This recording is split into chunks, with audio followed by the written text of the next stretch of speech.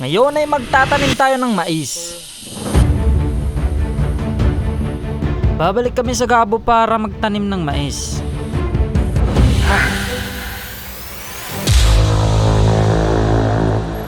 Medyo natagalan ako sa pag-uwi galing sa trabaho kaya tumatakip silim na bago kami makabiyahe. Hi guys! Nandito na kami sa daan. Bumiyahe na kami mula Malandag patungong Poblasyon Malungon. Nandito na kami sa Malungon guys. Malungon dako gamay. Sa kami bukid. Sa mga kabikes, naglalakad na kami. Maglalakad na lang kami dahil iniwan namin yung mga motor namin sa aming kakilala. Yan o. Katakot. Katakot talaga. Katakot ang mukha ko guys. Parang ito. Mabutik yung daan papunta sa Gabo. Lapit na kami dun sa bahay nila mga ka-vibes. Ito na, dumating na kami mga ka-vibes. Kawawa yung mga kasama namin mga ka-vibes. Dito kami matutulog ngayong gabi dahil walang maayos na matutulugan sa pupuntahan namin. Hugas muna tayo ng paa mga ka-vibes. Ako na naman.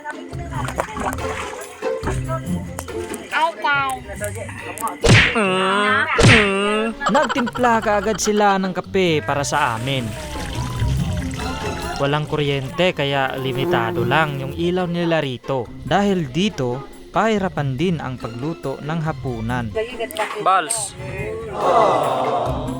Yung mga kasama namin ay laging handa dahil meron silang dalang tent. Yan na siya. Wow! Yung iba nagpapalaban na lang sa duyan. Kami naman dito kami matutulog. Ano masasabi mo guys? 1,000 lang ang rakila. Rakila. Hindi mawawala ang mga biruan. Bakla ka ba pare? Bakit mo inaya ano? Naman ko kurang dito kalon eh.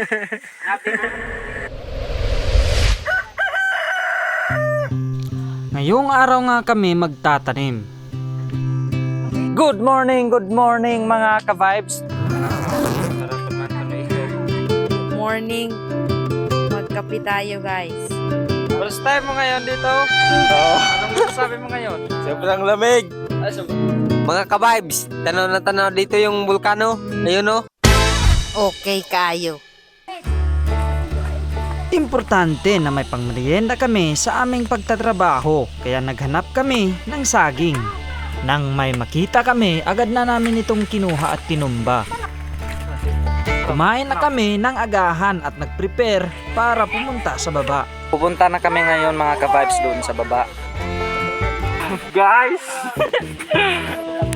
Hi guys! Time na babagsak ko. Saging tayo guys. Hirapan talaga. Magandang view ang masisilayan natin habang bumababa tayo. Ito siguro yung sinasabi nilang nature's knows best. Doon pa kami sa baba. Yung mga kasama namin doon na sila. Yun. Dahan-dahan lang kami sa pagbaba. Ito na yung pagtatamna namin ng mais mga ka-vibes. Ayan. Galing kami doon. Mga kabataan dyan, anong ulam? Nauna na silang magtanim. Nakalimutan ko, wala pala akong lagayan ng binhi. Lalagyan ng binhi. Pwede na to, pang tali. Kaya nag-improvise ako gamit yung sako. Heto at handang-handa na akong magtanim. I'm so excited na sa pagkuha ng binhi. Mapanganib man ay masaya din ang pagtatanim lalo na't nakakatulong sa ekonomiya. Number 1 struggle mo talaga sa trabahong ito ay ang init ng araw. Kaya nga nagpapahinga ako kapag nakakaramdam ako ng pagod. Yan nyo, basang-basa na sa pawis. Tanghali na, manananghalian na tayo. Manananghalian muna kami. Sa oras ng pananghalian, biglang bumagsak ang malakas na ulan.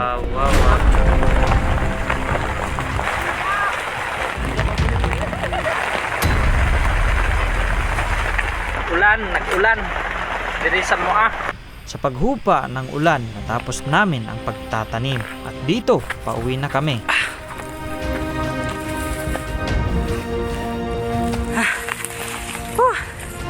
Ay nako, mahirap talaga. Doon pa si mama guys sa baba. Tapos nandyan na yung ulan. Makakaramdam ka ng pagod sa sobrang paakyat ng daanan. Uy! Hala! Salamat sa pagsubaybay ng video namin mga ka-vibes. So ayan, hanggang dito na lang. Buti nakaakyat kami at nakasurvive. Bye bye! See you on the next vlog na naman. Woo!